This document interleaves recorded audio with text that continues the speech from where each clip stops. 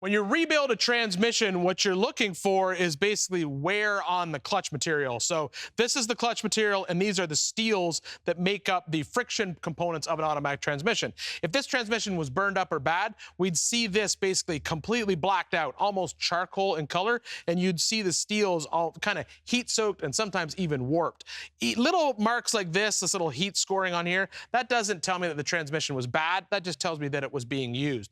Whenever I open up an automatic transmission, I like to completely rebuild it. And I always like to get a complete rebuild kit from Monster Transmission. And the reason I do is because it comes with everything that I need to rebuild the transmission, as well as any possible updates or upgrades that happened during the life of that transmission. So inside the Monster Transmission Complete Kit comes with everything you need to rebuild it. So it's all the gaskets, all the lip seals, all the seals, all the pistons that are going to be bonded that need to go in, heavy-duty Kolene steels, so these are Teflon-coated steels to handle more heat and more friction, and heavy-duty red Alto clutch discs, so these are also designed to handle more heat. Now for the performance side of it, I'm going with a full manual valve body that I also got from Monster. This will replace the valve body, like I said before, remove all of the electronics. This turns this transmission into a full manual shift transmission, and it reverses the pattern. So it's gonna go park, reverse, neutral, first gear,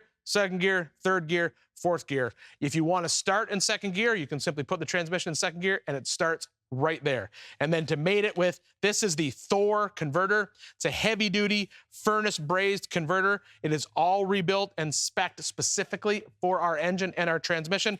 And this one's gonna lock up in the 2,800 to 3,500 RPM range, which will be perfect for our camshaft.